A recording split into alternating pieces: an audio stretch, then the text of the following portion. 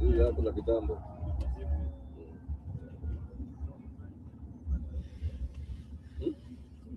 Hapa. Felix. Haya. Sawa.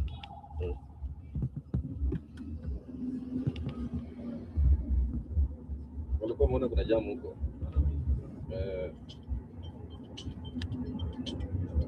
Yes. Hello? Siren. Napenda pia siren. Sawa, ndio.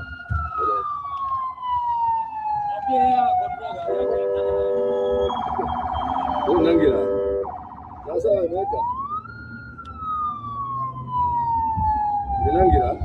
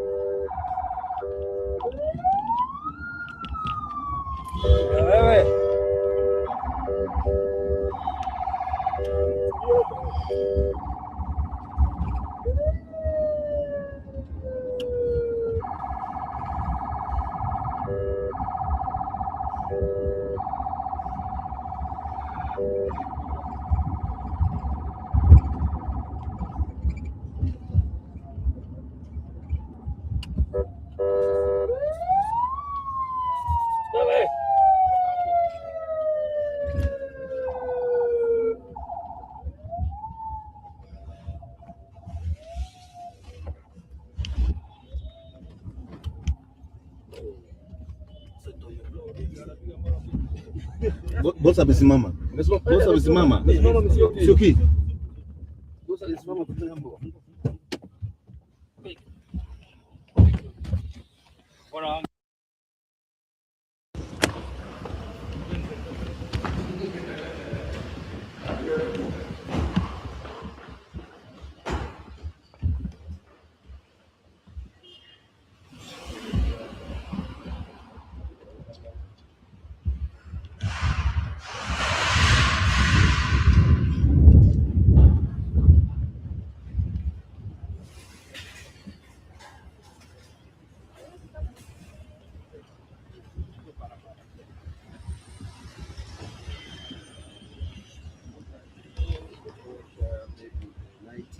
Early 2000 to 2010. Yeah.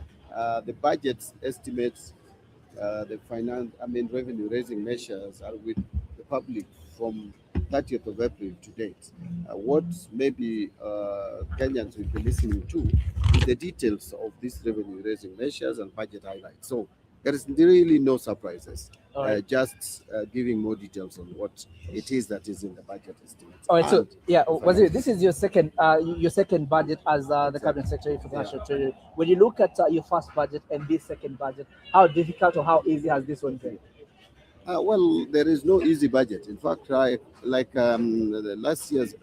this year's budget is even informed by a number of challenges. One of which is the external shock that we are facing. Now we have a war in the Middle East, and that war is completely disrupting the world economy. And so we are preparing this budget in the backdrop of a major external shock, what is close to be called world war.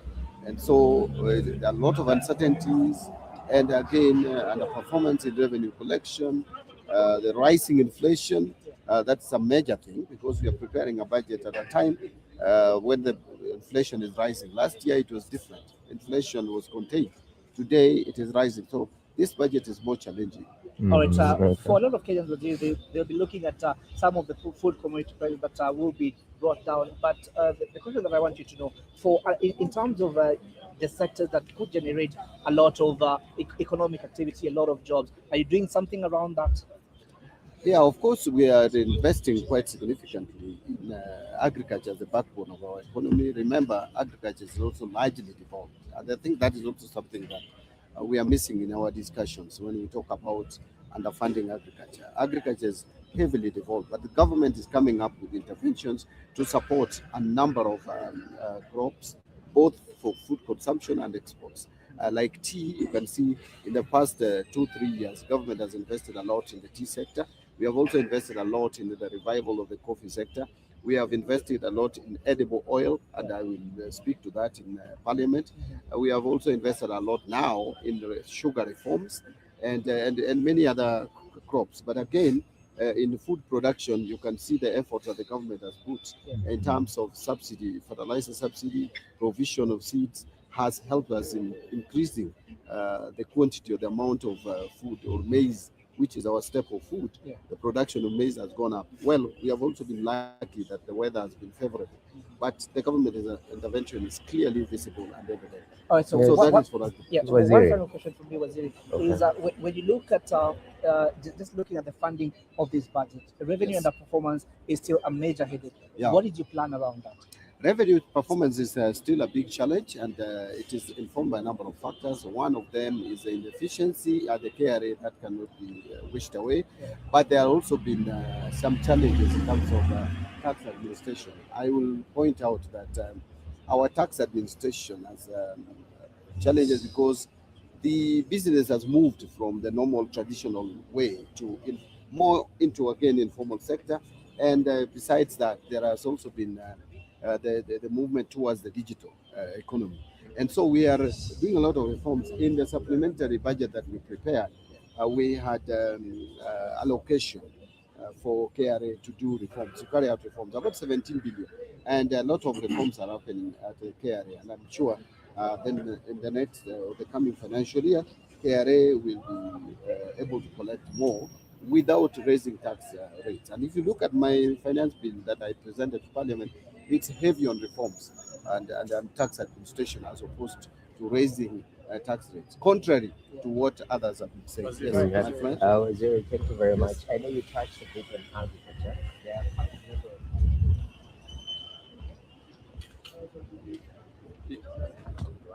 this particular budget. Agriculture is one of them. You're cutting almost 10 billion shillings from there. Energy is one of the major cuts also that you've seen, almost 72 billion. Can you talk to us about this? But education, actually, one of the biggest plans also on the other side, are getting a huge, allocation. Talk to me about this balancing act that you have to consider when you're making this particular budget. We have tried to maintain most of the provisions under the agriculture sector, no major cuts. I will tell you in the fertilizer subsidy, we have maintained almost the same amount of 18 billion. We have also maintained almost similar amount in sugar reforms at 2.5. Yes, we have reduced a bit. Parliament actually cuts the coffee cherry, but I think we need to put a little more on the coffee debt because that is where money is needed. We have provided for 1.5, 1 billion was cut from the coffee cherry, and I thought it would be put under the debt, but Parliament in its own wisdom decided to reallocate the fund elsewhere. We are also putting more resources in providing coffee seeds, and so we have not really underfunded the agriculture budget. But energy, you are right. Energy, we did an assessment and we came to a conclusion that a number of projects and programs, this is a zero-based budget. We have started implementing zero-based budget where you justify every shilling that you are asking from the national coffers. So when we looked at the energy sector, we realized a number of projects are actually commercially viable, and that is why we started the National Infrastructure Fund. So we have taken them out of the budget, not that they are not going to be funded, but they are going to be funded differently by applying the National Infrastructure Fund and PPP program. So the energy sector will still be funded heavily, but away out of our budget. And lastly, from me, Waziri, we talk about the issue of Tax Procedures Act. Lots of changes right there, especially this movement from zero-rated to tax exempt. Yeah. And one of the areas that we've seen with the current government is the issue of affordable housing. There's been a proposition now, we are moving them from exempt to, rather from zero rated to exempt. Yes. And some people are saying, is this counter administration, which is actually very forward with issues to do with affordable housing? No, far from it. My finance bill is working more towards simplifying tax collection and making it efficient. Let me put it this way. Yes, that provision was put there to attract more investment into affordable housing sector. But you also have to review. When you have a tax expenditure like that, you continuously review its performance. If it is not adding much value to the economy, then it has no business being left because it's an expenditure. When you have Kenyans claiming for taxes, it is us who pay for it. Those of us who probably are not even involved in that business. So we have looked at the value added.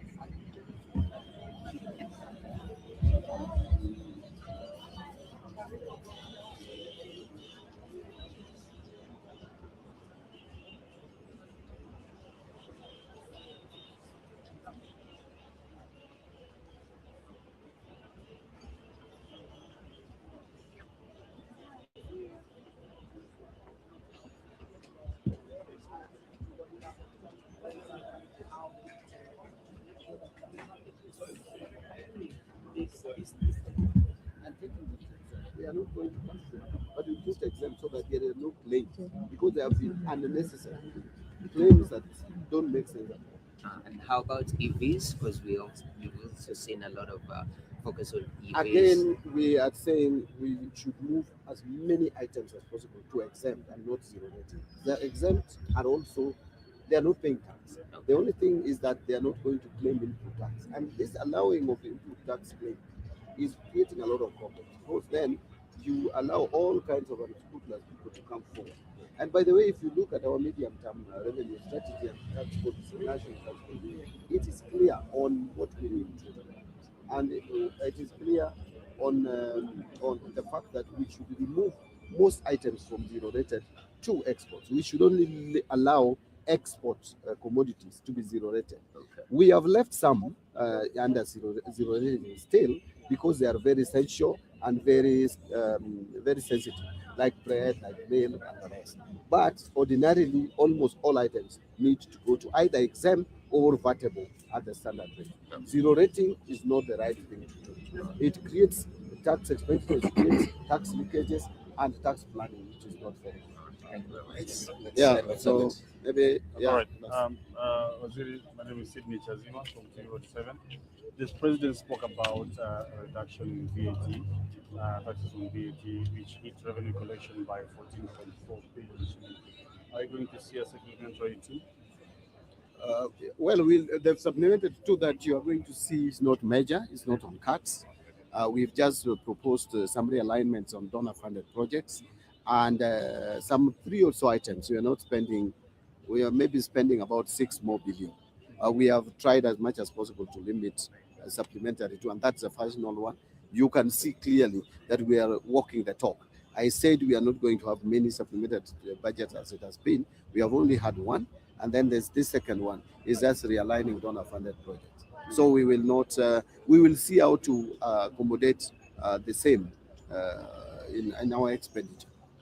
Yes. Thank you very much. I think we've had a wonderful interview.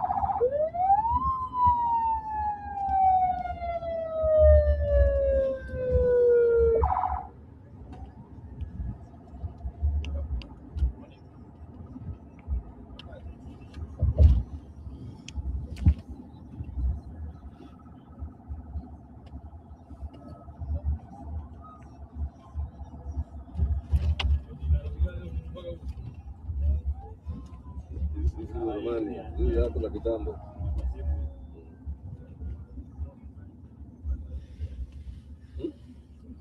Hapa. Felix. Haya. Sawa.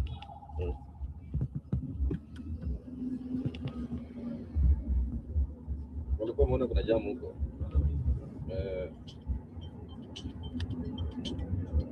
Isa. Hello? Siren. Napenda pia siren.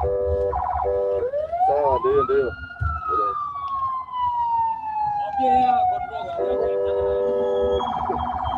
Unangira. Sasa imeweka. Ninangira.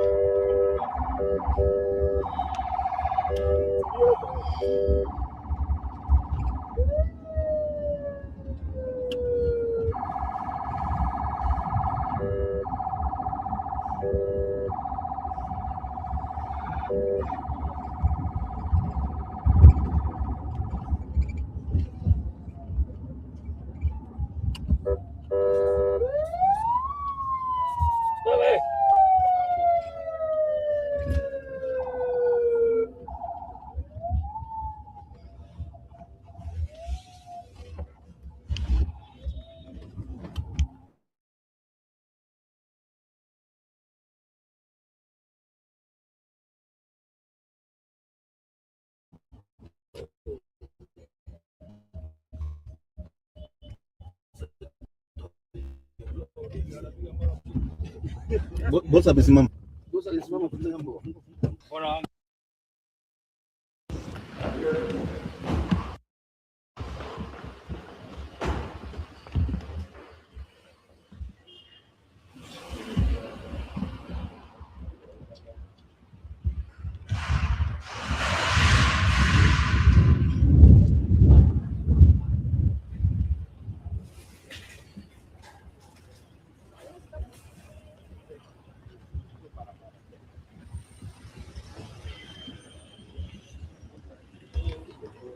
Maybe 90s or early 2000 to 2010. Yeah.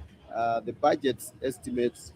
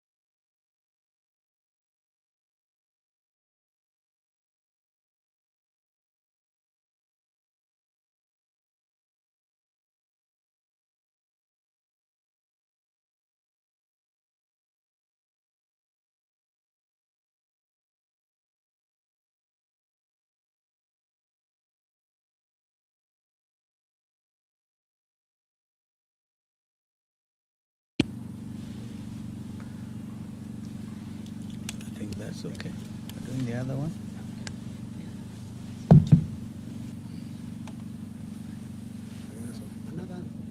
East African or we continue?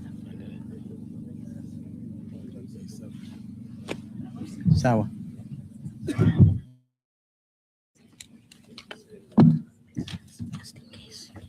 Sorry. Just in case you need the figures. Okay.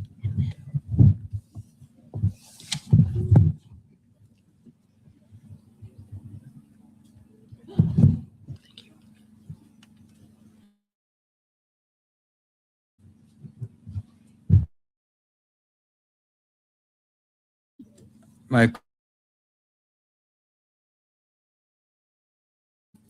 the Honorable Fred Matiang'i, the Honorable Justin Muturi, the Secretary General of KANU, George Wainaina, members of Parliament, the leadership from both houses, Parliament, the National Assembly and the Senate, wazalendo wenzangu, hamjambo. Naona kama mmekasirika sana lakini bado tunaumwa kwa sababu tunayatafakari yaliyotendeka wiki hii haswa kwa upande wa mahakama. And before I proceed to read this statement of my colleagues who add one or two things, we have a duty to declare our solidarity as ever with each one of us. And we know the matter of that ruling by the three judges in the matter of the petition by our brother, Deputy President Rigathi Gachagua, and there's many other, I think 50-something petitioners. That matter continues to weigh heavily on the conscience of Kenyans. And I can tell you, I've pronounced myself before on this matter, and I reiterate that ruling, because it touches on Article 25 of the Constitution. And that Article 25 clearly states that the matter of fair hearing, entitlement of every Kenyan to fair hearing, is a non-derogable right. And the one moment you make a finding that that is the case, then the Constitution is absolute and it's clear. So much as we feel with our brother Rigiji, the weight of arriving at the wrong conclusion,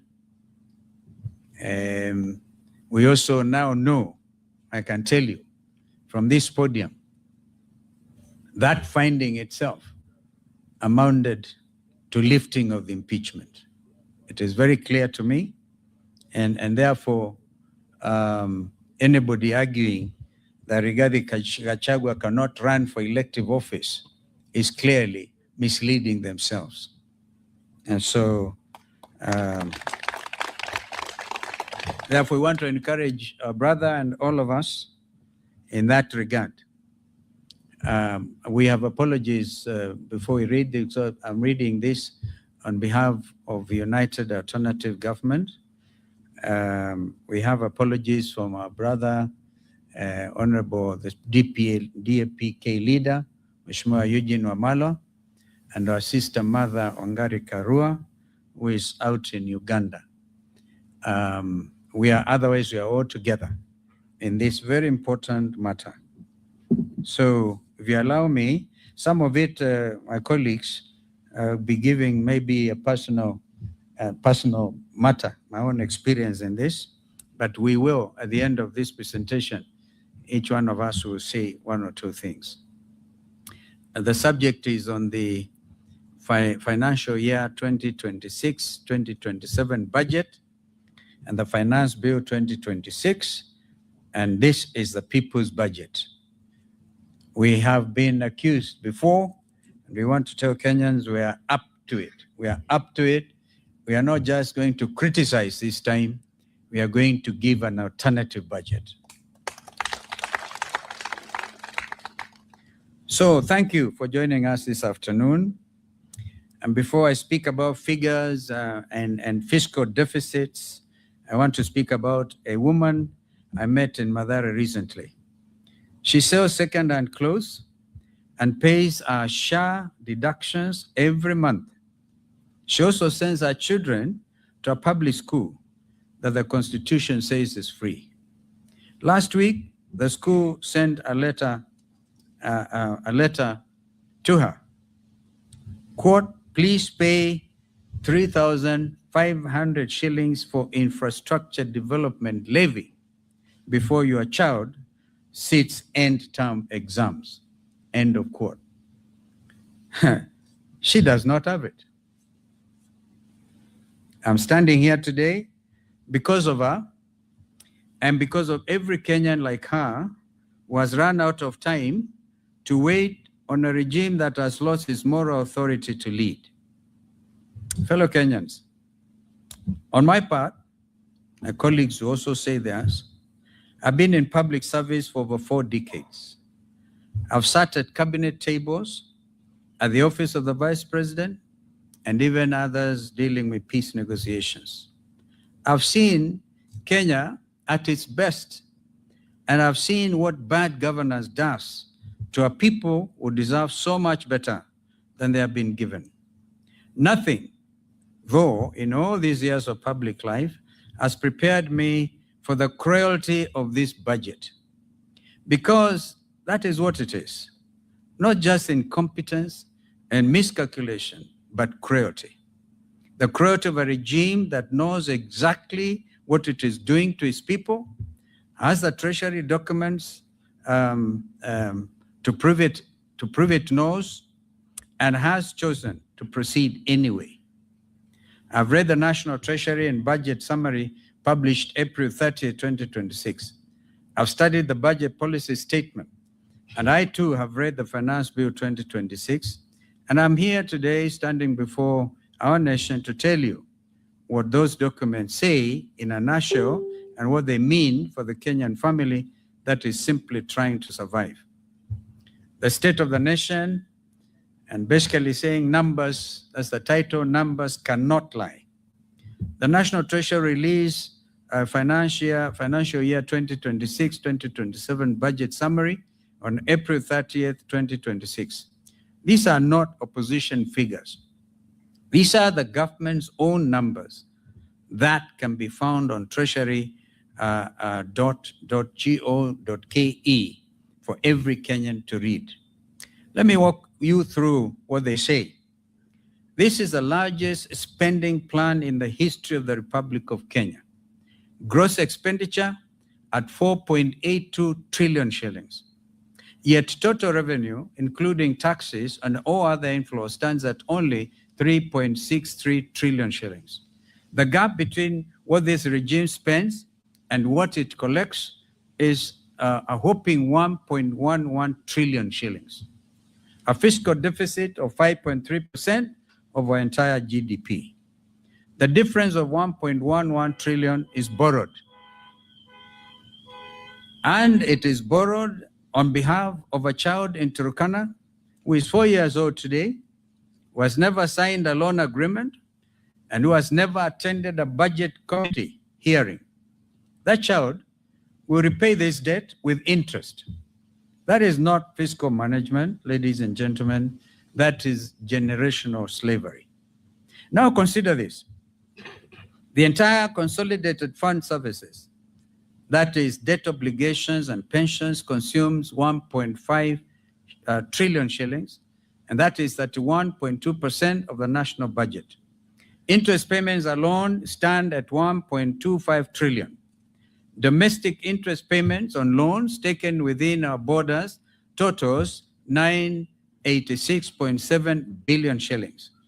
To put that in a language every Kenyan understands, interest on domestic debt alone costs more than the entire education budget of 668.3 billion shillings. Think about this. We are spending more on paying bankers than on teaching children. 31 cents of every shilling, 31 cents of every shilling, Kenyan shilling raised goes to debt service before a single classroom is built, before a nurse is hired, and before a single road is repaired. Meanwhile, the Federation of Kenya Employers tells us that 67% of young Kenyans between ages of 15 and 34 years of age are unemployed. Imagine 67%. In a country where youth are not the future, they are the present and they are the majority. And this Ruto budget has told the majority to wait.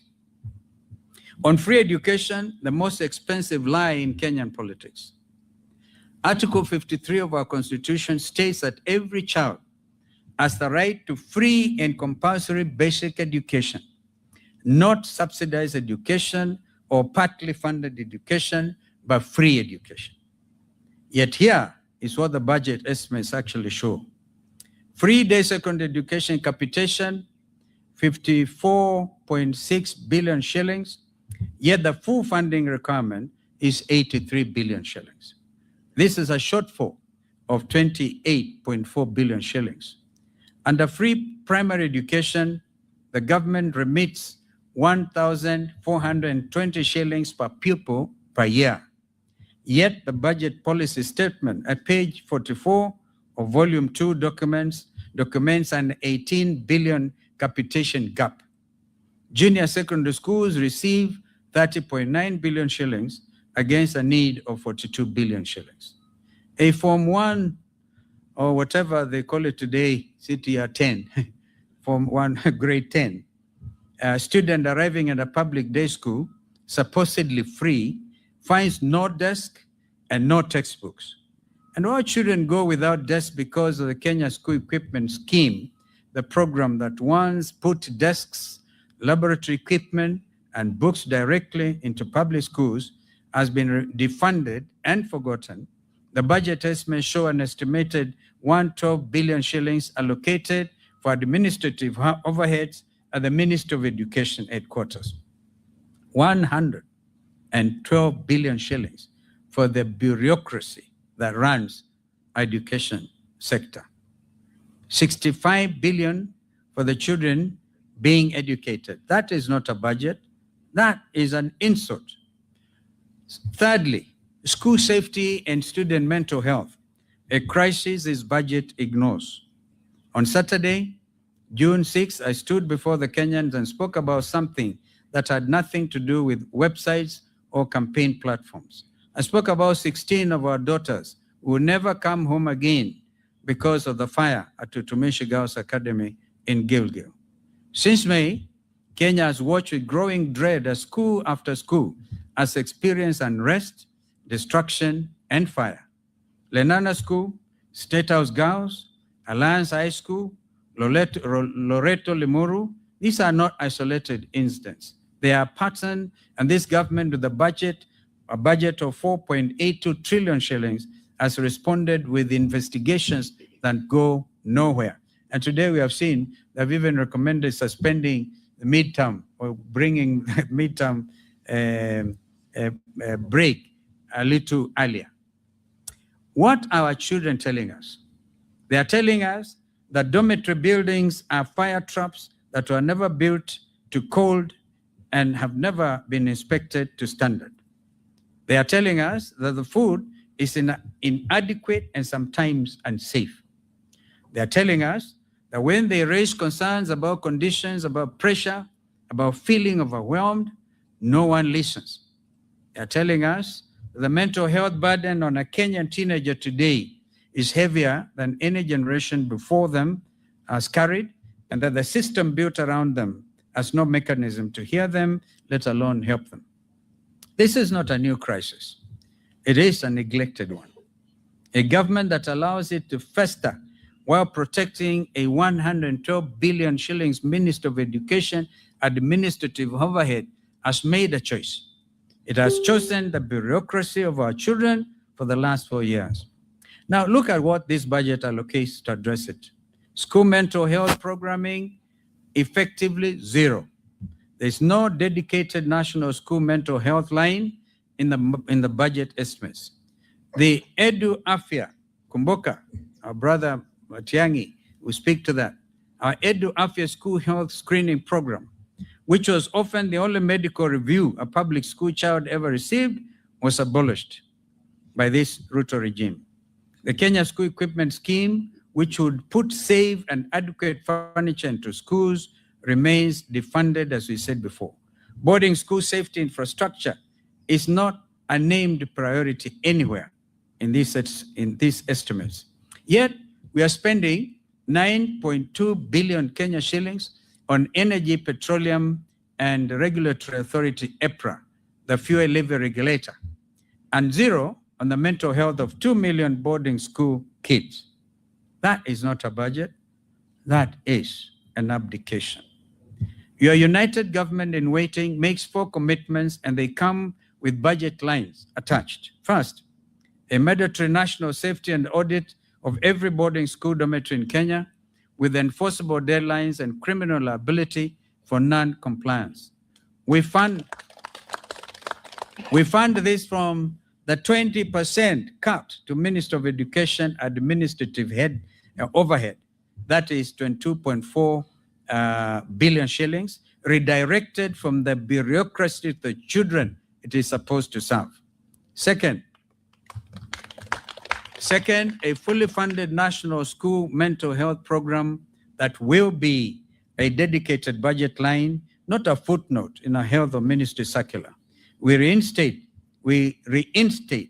Edu Afya funded at 5 billion shillings, restored from the savings on the cancelled Social Health Authority, SHA technology contract. I will be talking about that. I think our brother Reggie will address that one, the 104 billion shillings. Amazing, strange contract. Third, a comprehensive review of boarding school standards, accommodation, nutrition, safety, and student grievance mechanisms that guarantee every child is heard and treated with dignity. I must say, when I was Minister for Education, people remember the late Griffin, the director of Starehe Boys Center. Griffin had an amazing philosophy. Any child, in fact, his office had only the desk and one cat. Any child, whether from 1 up to from 6, could walk freely. And they used to have every Friday an assembly between students and head and all the teachers. And the ground rules were, whatever is said against you should never be taken. If a child says Mwalimu Fulani is terrible, that Mwalimu will never be allowed to take it against that child. That was openness. And because of it, Starehe Boys Center, in the middle of the city, you could even pick a cigarette stump. You couldn't pick it anywhere. And they were able to freely walk. Some of them, I see nodding, like Senator Manzo, who is an old student of Starehe Boys. Fourth, genuine accountability. There must be criminal liability for every official, administrator, contractor, or building inspector who knowingly signed off an unsafe infrastructure. At number 4, health and SHA, mandatory taxation disguised as healthcare reform. Let me take you to Mama Lucy Kibaki Hospital on a Tuesday morning. A 34-year-old woman who pays her SHA deductions every month faithfully, without fail, presents her card at the gate, but the system is down and she's turned away. Does that sound familiar? There's an outage for the last 4 days. This is not hypothetical. This is the lived experience of millions of Kenyans who are told that SHA would replace the National Hospital Insurance Fund, NHIF, and deliver better, broader, and more affordable healthcare. The budget policy statement, the government's own document on page 29, records an 11 billion shilling gap in the SHA transition. They know it is broken, and they documented that it is broken. They also have published the evidence of the brokenness. And then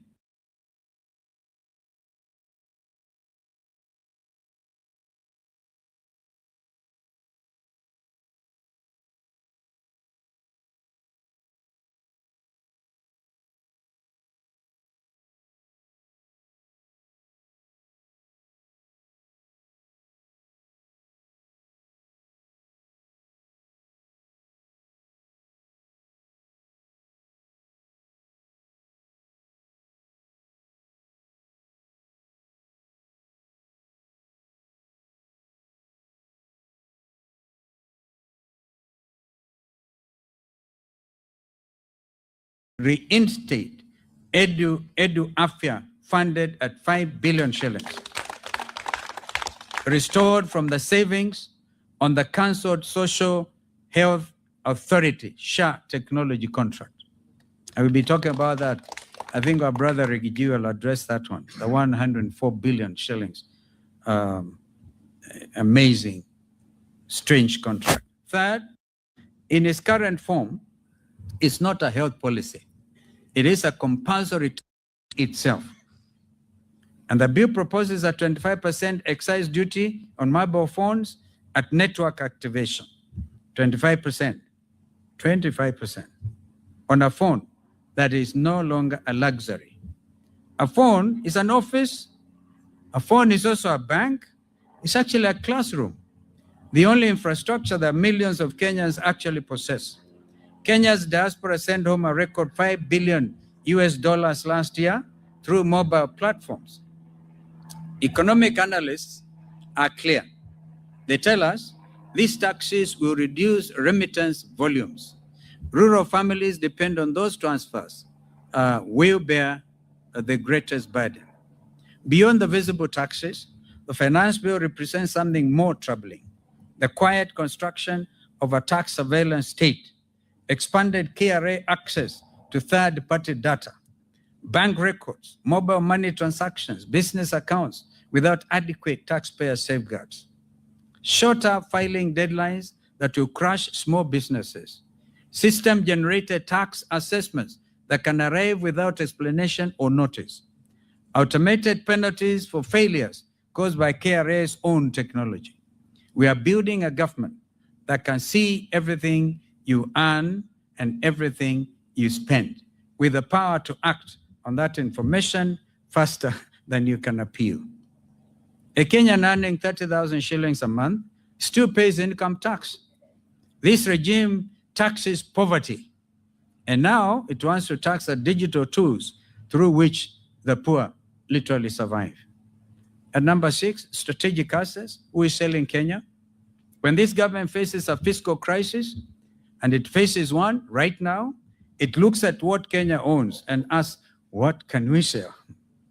We are talking about Kenya Post Authority, through which over 90% of Kenya's imports and exports move. We are talking about Safaricom, the company that built M-Pesa, whose government stake generates dividends that belong to every Kenyan taxpayer. In fact, because I'm in court over this matter, I cannot speak much.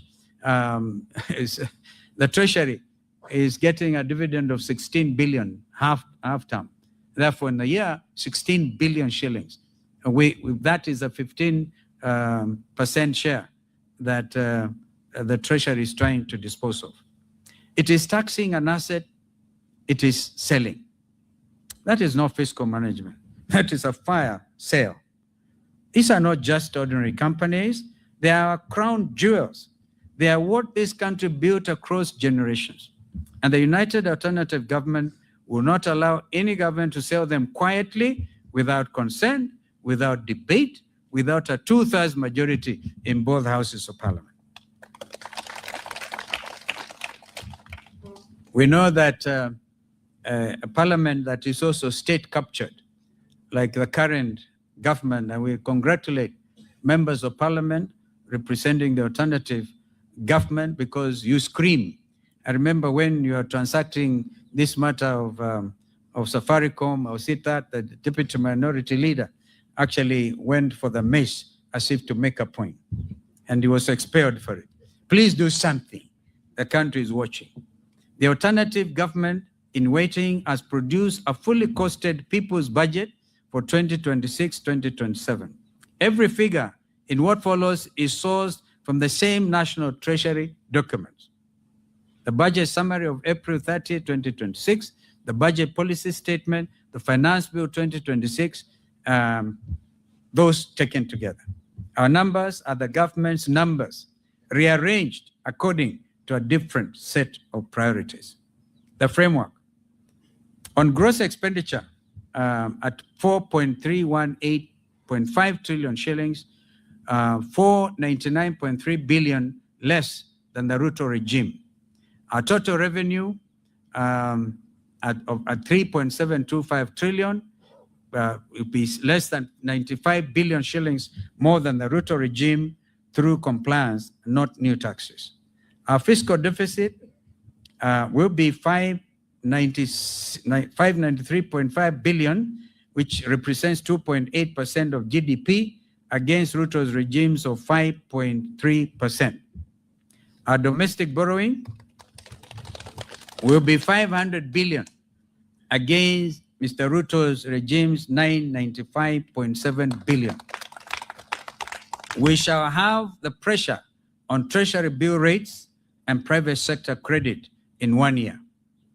We shall restore the development expenditure ratio from the Ruto regime's unconstitutional 29%. That is a statutory breach of the PFM Act, that's Public Finance Management Act, minimum floor to 33.5%. The children who will inherit this country deserve a government that invests in their future, not merely that services the debts of the past. On education, we shall fully fund free primary education at the statutory 1,420 shillings per pupil per year, closing the 18 billion gap documented in the budget policy statement. We shall fully fund free day secondary education at the statutory 22,244 shillings per student per year, closing the 28.4 billion capitation shortfall under this budget of Mr. Ruto. We will fund JSS capitation in full, and we shall revamp the Kenya school equipment. Total education allocation will be 737.3 billion shillings against the current regime's 668.3 billion. We will cut 22.4 billion shillings from the ministry's 112 billion administrative overhead and redirect every shilling to our children. Free means free, all the way from class 1 to form 4 for every Kenyan child. On health, we shall close the 11 billion SHA gap documented at page 29 of the budget policy statement. We'll fund free care at every public hospital up to county level. That is no card at the gate, no system down, and certainly no patient turned away. We shall reinstate Linda Mama as well as reinstate Edu Afia.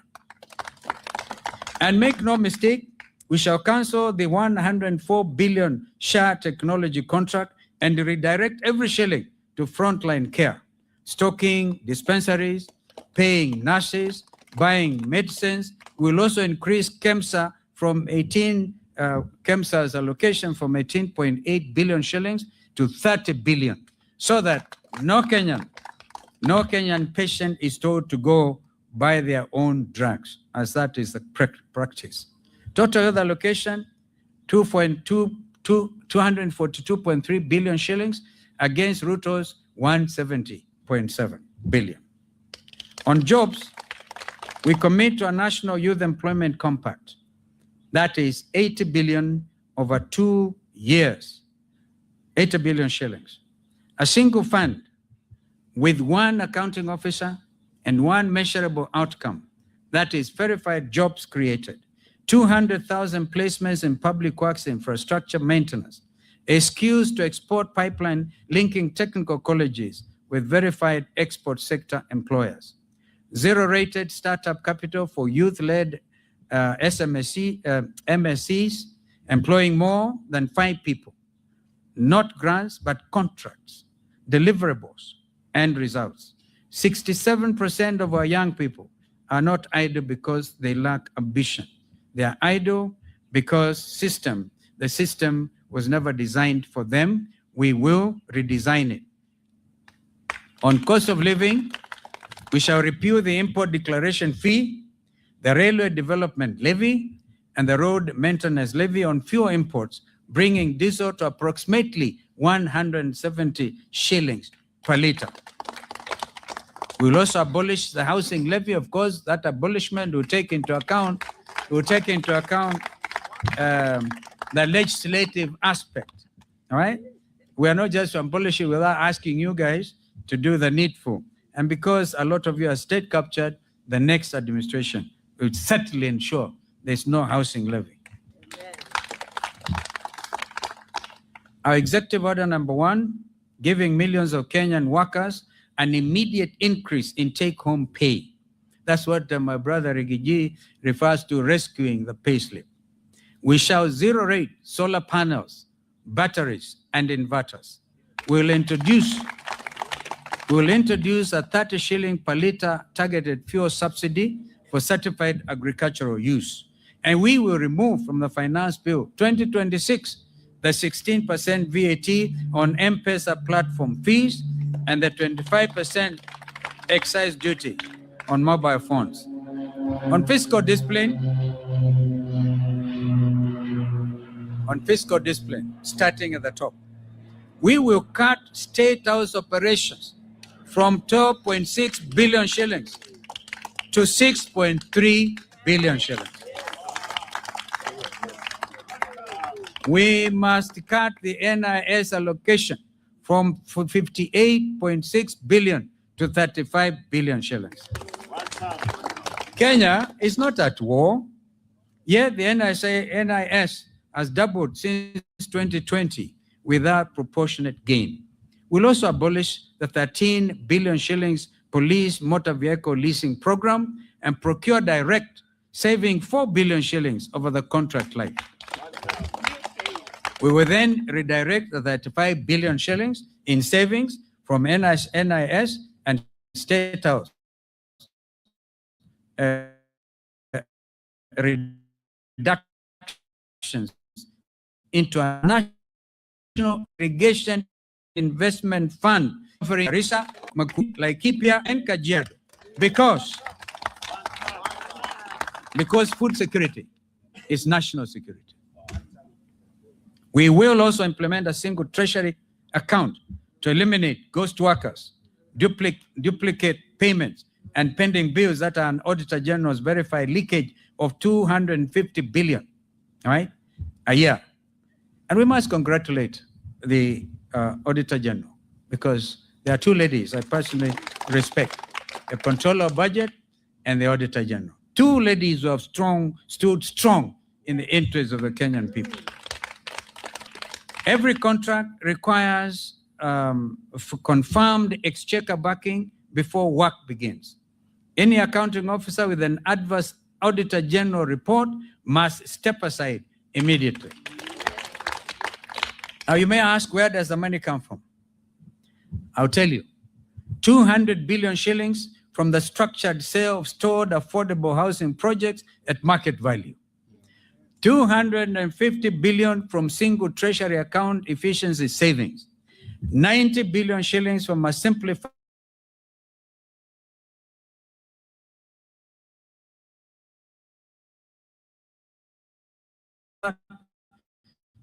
$7.5% rental income tax on large landlords for share technology contract. 100 projects, 30 billion from right sizing and State House. That is not a promise. That is a United Alternative Government's balance sheet. A message to the Kenyan people. To the primary school head teacher writing a letter home in July because capitation, and that letter will never need to be written. To the mother turned away at the hospital gate because the SHA system was down, we see you too. And under our administration, that gate will never be closed to you. To the Form 1 student or CTR 10 student who arrived at their school, arrived at their free-day secondary school and found no desk, we hear you. And our government, the desk could be there before you are there. To the border rider who finished the day in debt because fuel costs more than his earnings, we also hear you. And our government, fuel will cost less, not more. To the Mama Mboga and Gikomba who learned the government now wants to tax the M-Pesa transfer she uses to pay her supplier, we'll feel your pain too. And our administration, that transfer will be cheaper, not more expensive. And to every Kenyan who owns a piece of KPA and Safaricom through their taxes and is watching that stake quietly diminish, we are with you. Those assets are your inheritance and we shall protect them. Now, a direct word to members of parliament as I conclude. You were not elected to be a rubber stamp. A mother woke up before dawn, remember that, walked to a polling station, queued for hours, sometimes under rainy conditions, because August sometimes it's very, very, very cold. Queued for hours and marked your name because she believed you would go to Nairobi and fight for her. When you vote to approve 28.4 billion shillings free day secondary capitation shortfall, you vote against the children of the poor. When you vote to approve an 11 billion shillings haul in SHA, you guarantee that the next Kenyan will be turned away at a hospital gate.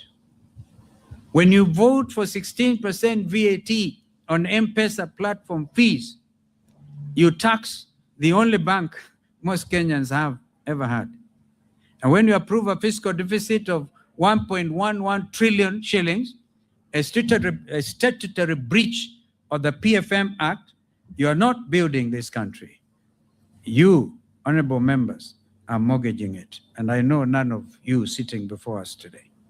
Make no mistake, history will record your vote, and in 425 days, just like the current regime, the people will have made a record of the choice you made and make it plain at the ballot paper box on August the 10th next year. Conclusion, as we combat our country, we have had victims of police brutality in our midst before we all got together here. We all remember Rex Masai was the first one to fall when we were shot at the leg. And June the 25th is around the corner. I have confirmed from Honorable Makali Mulu, and I share that with Bernard Kavuli and his colleagues, including their advocates, that some 2 billion shillings is already in the budget, but under office of the president. Would have preferred if that money went directly to the Kenya Human Rights Commission. And then, even then, it's not even sufficient. We Kenyans expect it's not enough. Like, I really congratulate my brother Rigiji for saying he is not in need of 50 million shillings for a breach caused on his own rights under the law, under the constitution. So it is very easy for this administration to think by paying 2 million shillings to a family whose son was felled by a police bullet, you have done justice. Kenyans deserve and they demand justice. The perpetrators of those heinous crimes, even as we speak, this police continues to perpetuate those abrogations of our constitution. Did we not hear yesterday in Laikipia? And people like Laikipia, we hear you. My colleagues will speak to you about that we're importing Ebola, and then we kill. Even when our people peacefully demonstrate, you kill them. Can you imagine a regime that arrests a Chief Justice Emeritus? We will be organizing massive demonstrations to protect the Nairobi National Park. So it is not just Chief Justice Maraga, whom they tried to harass yesterday. So we stand in solidarity. We want this money paid, the 2 billion, paid on or before the 25th of June. There should be no prevarication about this. After Lord William Ruto himself announced he has a list of those supposed to be beneficiaries. And so we want Kenyans to remain alert and fully cognizant of the fact we are at a crossroads. And I thank you. Tomorrow, what you have read, this is an abridged version. The whole text will appear in the local print media tomorrow. So Kenyans can see united alternative government in action. And of course, there's a lot we can do. There's a lot because we are just dealing with their own figures. We will deal with our own in the next 1.5 years to come. I thank you. I can start with my brother Rigiji to add on to 1 or 2 comments. And I know some are stressed for time. Or shall we start with you, Fred? Thank you. I have very little to say. I just want to say that a few months ago, I said SHA will collapse in 6 months. For the last 4 days, It has collapsed. the systems are down. That is a sign of collapse. When Rigiji tells you that your wife is expectant, please buy some diapers. I want to ask our members of parliament in the National Assembly, those who believe that they serve the people who elected them, to be in the forefront in rejecting on the floor the 2026 finance bill. And the other side, the flower girls, William Ruto, the flower girls, who are the majority, will want to vote by acclamation. Please be present for subdivision so that Kenyans can know who voted with them and who voted against them, so that they can keep a record, so that next year, in another 14 months, they can pay them back in kind. So that is my plea, that please be present on that day, so that you can force a division, so that it is known, it's on record, who has voted with the people of Kenya and who has voted against the people of Kenya. I want to support that the new administration next year will do away with the housing levy. And I want to put Kenyans on notice. You are being asked to start paying for these houses. Please don't. You just lose your money next year. Don't throw good money after bad. Keep away from those avoidable houses. Because next year, sure as December 25 is Christmas, William Ruto and his people will go home. There will be a new administration that will do away with the housing levy.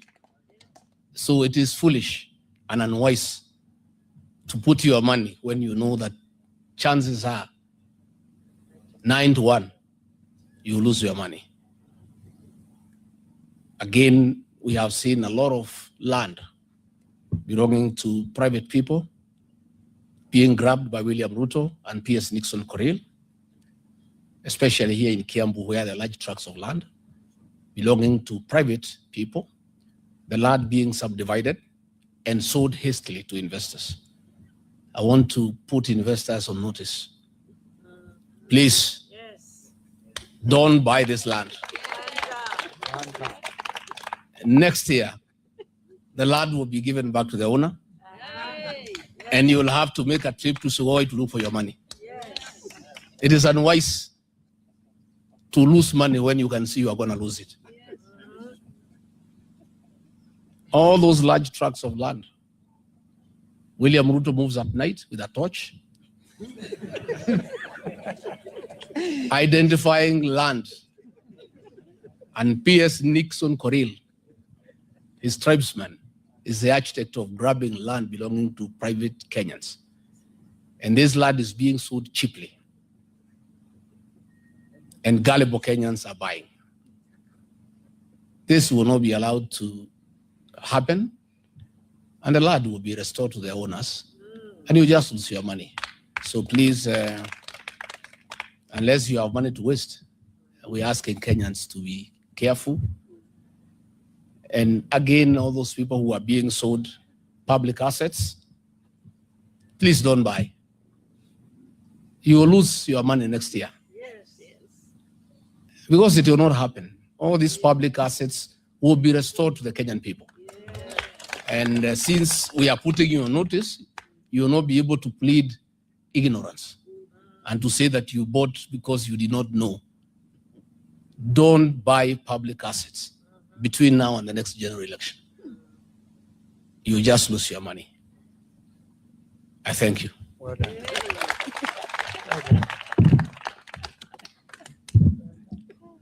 Ladies and gentlemen, 4 points to be made in addition to what my colleagues have said. When we in public discourse and public meetings say that we are not just talking, the things we say can actually happen, we've demonstrated this year that they can actually happen. So my first point is, to the people of Kenya, we are talking about hope. Don't lose hope, because we will restore our country to where it ought to be. We will provide real free education. The fear I have, I've not looked at the most current data, is that our dropout rate in schools could very easily have gone back to the pre-Kibaki days because of the number of children who cannot access education. The figures we have quoted here and the savings we are making in the education sector are intended to remove all the barriers to access to education. Because for a country of our size that has got the aspirations that we have, we cannot afford to have barriers to access to education, whether they're in levies, in fees, and all that kind of thing. So all those policy proposals that worked effectively during the Jubilee administration will be restored. They will work. Eduafia will work, as we have demonstrated to you, so that parents don't have to be called and hassled when their children are sick in school. We will remove some of these irrelevant and unnecessary levies and restore capitation to schools so that school heads are able to manage schools without stress and without undue pressure. What I would like to say, I said over the weekend, and I reiterate it again, that on this one issue of education, it's necessary, and we are asking the president and his government. You know, time lost, a year is too long in the education sector. We can have an all-parties conversation, and we have demonstrated what can be done to save the crisis in the education sector right now. They could start with this year's budget and this year's finance bill and save the situation in the education sector. I have noted that the only change the president has been able to do is to appoint Mr. John Ololtua as the new PS as the Minister of Education. John is a good guy. He was my regional director of education when I was minister, but that is not enough. They need to have a different mindset in the way in which they are looking at the education sector so that we can save our children and our parents, and most importantly, our teachers from pain. Point number 2, discipline is destiny. There is no way we are going to manage ourselves as a country outside of effective discipline. The level of wastage in government is unbearable. You have noticed clearly from the proposals we have made that we can live within our means, we can reduce some of the allocations and some of the luxuries we're engaged in. For a government our size, for a country with our aspirations, faced with the challenges that we face, some of the things we do are actually very unrealistic and almost totally irresponsible. Point number 3, we are a democracy, and democracy is government by deliberation. Our colleague, the Minister for Finance now, or the Cabinet Secretary for the National Treasury, has been criticizing us and saying we are making proposals, the Finance Bill 2026, recklessly. And my answer to him is this: you put it forward so that we deliberate it, we give you our views. And that's why we're asking that if some of these amendments are not done, then the bill should be rejected in total. There are details that we have not gone into here. For example, if you increase tax on income from rent from 7.5% to 10%, all that is going to be passed on to tenants. The same ones who are paying SHA, the same ones who are paying housing levy, the same ones who are paying all these taxes. How will life be afforded? So we are not basically saying things because we are bored. We are saying things because we can see and we live here. And we are saying them in patriotism. And our colleagues, our fellow citizens who are in government, need to also, with the same attitude, the same positive view, take our proposals very seriously and take them in their stride and see what can be done. And I don't think, although Honorable Kalonzo Musyoka and Rigathi Gachagua did not say this, I don't think that the United Alternative Government is opposed to a conversation. Our members of parliament who are in parliament, I'm sure will be very happy to have a conversation on how these measures can be changed and these proposals can be changed in Finance Bill 2026 so that we can have a palatable situation. He asked how I was in cabinet for 10 years and we passed finance bills. We debated all the time. We negotiated all the time. In fact, in most cases, we gave away a lot. Sometimes it's a give and take, and government should be prepared to go to parliament and sometimes listen to the members of parliament, accept to lose here and lose there, reorganize here and reorganize there and readjust so that we can go forward in a manner that is essentially bearable for all of us. Finally, I don't think we are going anywhere if we adopt this attitude, like I have seen in some of our government officials, of behaving like we don't have a right or a role to point out these things. Who are you governing? You are governing us. Na sisi sio kondo. We are human beings. We have views. And then when we give these views, Please take them. We are your brothers also. We are not expatriate Kenyans. We are Kenyans in our own right. And we are telling you these things because we believe in them.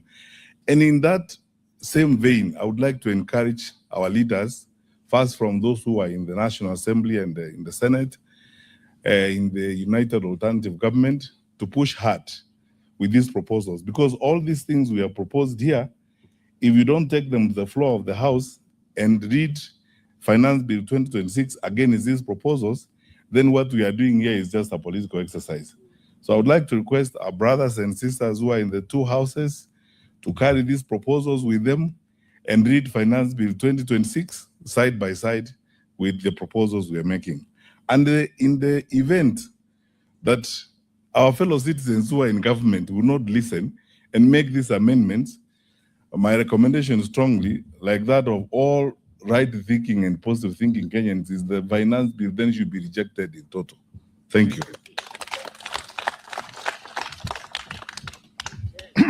Thank you. Let me begin by acknowledging that we are always making history. Tomorrow, the 11th of June 2026, at 3 p.m., the CS for the National Treasury and National Planning, John Bundy, will be reading the budget estimates for the coming financial year.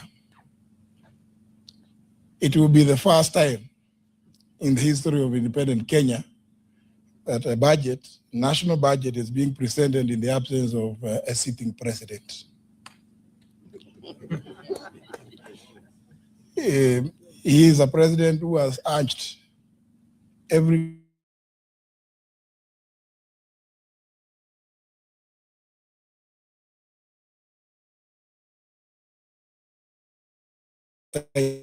their belt that we are in hard times, urinating all over the world in some payers who is willing to tax up to their blood. And therefore, because he knows what is proposing in the finance bill is so painful, he has chosen that it better be read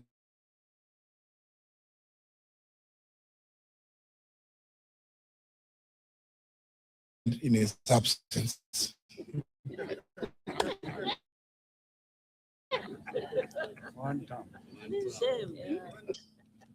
Was being urged to carefully look at every clause and make sure that you stay on the right side of history. Propose whatever amendments you may, insist on a vote on each, and as has been said already, we'll keep a record. Never mind that the choir may be too loud, but just have a record. As you know, the house is a house of records. Yeah. You will be recorded as having been the right side of history. Even if you are defeated, you will have earned your right to say what you needed to say. As has been stated, what His Excellency Dr. Stephen Kalonzo Musyoka has read here is an abridged version of the proposals by the United Alternative Government. But I would want to just alert you to one particular provision that proposal that he has made. The proposal on single treasury account, because it is there that we will realize a lot of the envisaged savings. No contracts to be entered into without a clear budgetary provision.